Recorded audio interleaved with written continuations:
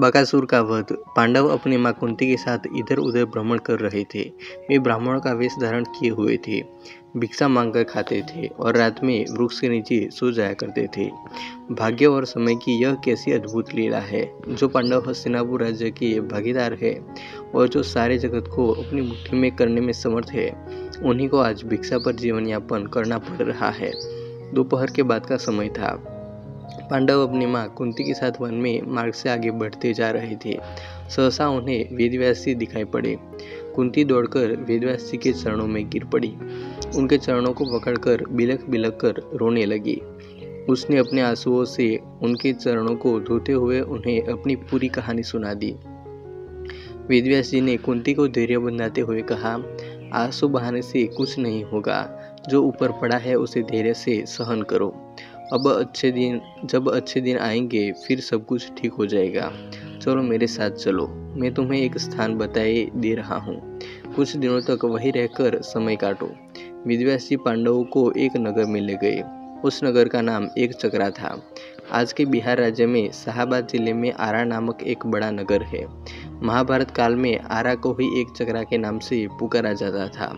उन दिनों एक चकरा में केवल ब्राह्मण ही निवास करते थे। वेदव्यास जी पांडवों को एक चकरा में पहुंचाकर चले गए। पांडव एक ब्राह्मण के घर में निवास करने लगे। पांचों भाई प्रतिदिन भिक्षा मांगने के लिए जाया करते थे।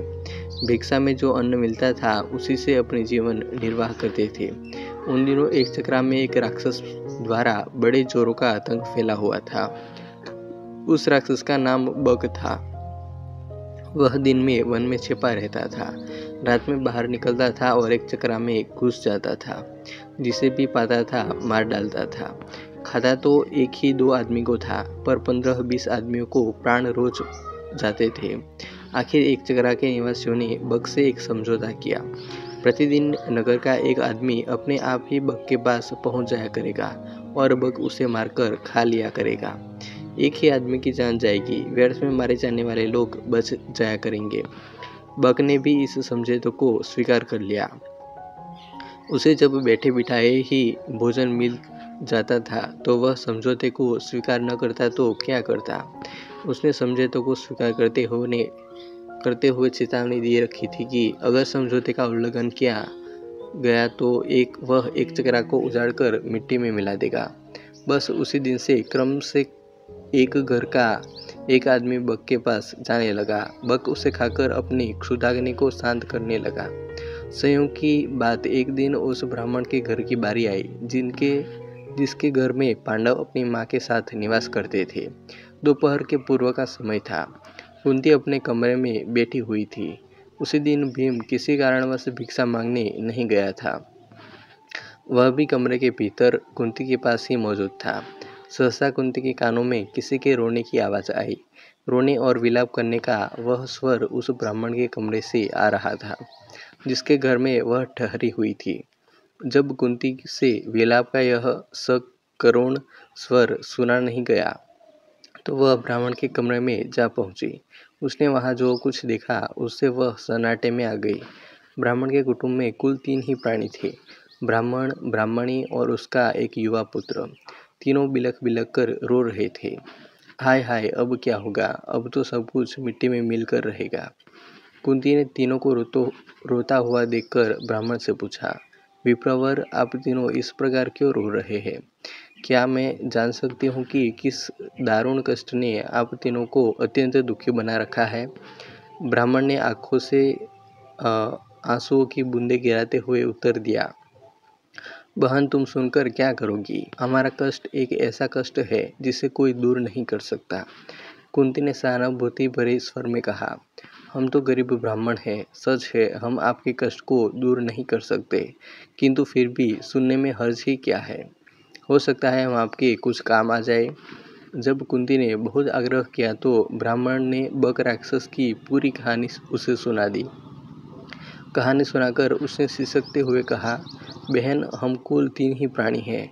यदि कोई एक राक्षस के पास जाता है तो वह उसे मारकर खा जाएगा। हमारा घर बर्बाद हो जाएगा। इसलिए हम सोचते हैं कि हम तीनों ही राक्षस के पास चले जाएंगे। हम इसलिए रो रहे हैं, आज हम तीनों के जीवन का अंत हो जाएगा। ब्राह्मण की करुण कथा सुनकर कुंती बड़ी दुखी हुई। वह मन ही मन कुछ क्षणों तक सोचती रही, फिर बोली, विप्रवर, मैं एक बात कहती हूँ, उसे ध्यान से सुनिए। मेरे 5 पुत्र हैं।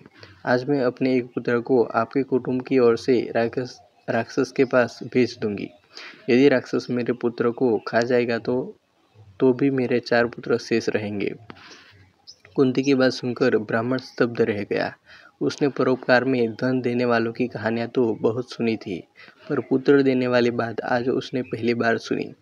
वह कुंती की ओर देखता हुआ बोला, बहन, तुम तो कोई स्वर्ग की देवी ज्ञात हो रही हो।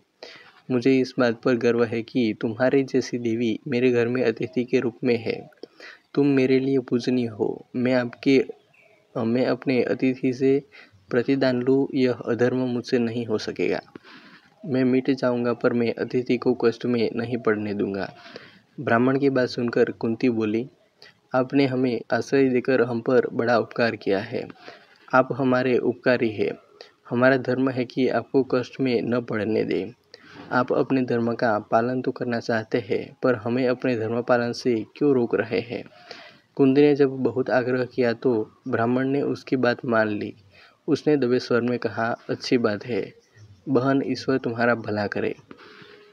कुंती ब्राह्मण के पास से उठकर भीम के पास गई। उसने पूरी कहानी भीम को सुनाकर उससे कहा, बेटा, परोपकार से बढ़कर दूसरा कोई धर्म नहीं होता। तुम ब्राह्मण कुटुंब की ओर से बक के पास जाओ।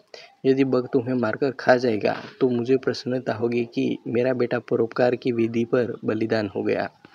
भीम ने बड़े हर्ष के साथ अपनी माँ की आज्ञा को स्वीकार कर लिया। उसने कहा, माँ, तुम्हारी आज्ञा शिरोधार्य है। बग मुझे क्या मारकर खाएगा? तुम्हारे आशीर्वाद से मैं उसे मिट्टी में मिला दूंगा। संध्या का समय था। भीम एक गाड़ी के ऊपर खाने पीने का सामान लादकर उसे खींचता हुआ बग के निवास स्थान की ओर चल पड़ा। वह बग के निवास पर पहुंचकर गाड़ी पर लदे हुए खाने के सामान को स्वयं खाने लगा। बग कुपित हो उठा।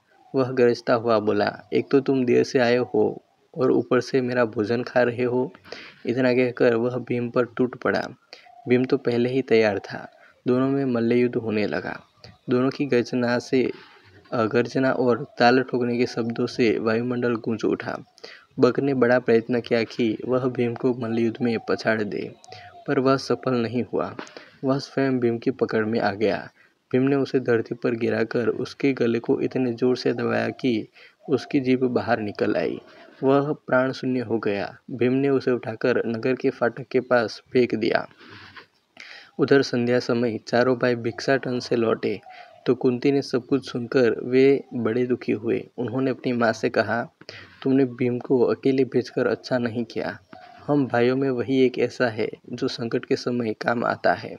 कुंती ने अपने पुत्रों को समझाते हुए कहा, तुम चिंता क्यों करते हो? तुम देखोगे कि मेरा भीम बग को मिट्टी में मिलाकर आएगा।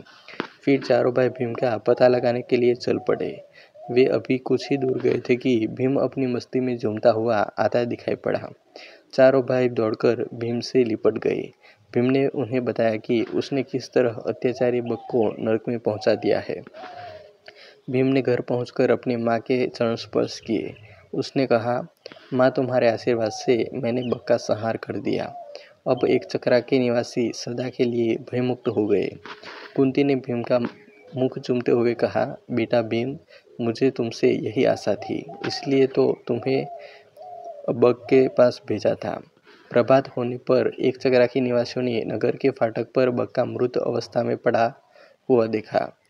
उन्हें जहाँ प्रसन्नता हुई वहाँ आश्चर्य हुआ। बग का वध किसने किया? क्या ब्राह्मण ने? एक चक्रा के निवासी दौड़े दौड़े ब्राह्मण के घर पहुंचने लगे। थोड़ी ही देर में ब्राह्मण के द्वार पर बहुत बड़ी भीड़ एकत्रित हो गई। ब्राह्मण के जयनाद से धरती और आकाश गूंजने लगा। ब्राह्मण ने भीड़ को शांत करते हुए कहा, भाइयों, बग का वध मैंने नहीं किया है। उसका वध तो मेरे घर में ठहरी हुई ब्राह्मणी के बेटे ने किया है। एक चक्रा के निवासी इस बात को तो जान गए कि बग का वध ब्राह्मण के घर में टिकी हुई ब्राह्मणी के एक बेटे ने किया है, किंतु अधिक प्रयत्न करने पर भी वे यह नहीं जान सके कि ब्राह्मणी कौन है और उनके 5 बेटे कौन है। किंतु जानने पर भी यह तो हुआ कि एक चक्रा निवासी ब्राह्मणी और उसके पुत्रों का बड़ा आदर करने लगे। स्वयं ब्राह्मण भी गर्व का अनुभव करने लगा कि जिस ब्राह्मण के पुत्र ने के एक चक्रा के निवासियों को सदा सदा के लिए संकट मुक्त करा दिया है, वह उसके घर में अतिथि के रूप में टिकी हुई है। कहानी अच्छी लगी हो तो ऐसे ही और कहानियों के लिए वीडियो को लाइक, कमेंट और शेयर कर दीजिएगा। और चैनल को अभी तक सब्सक्राइब नहीं किया हो तो सब्सक्राइब कर लेना। मिलते हैं और एक वीडियो में। जय हिंद, वंदे मातरम।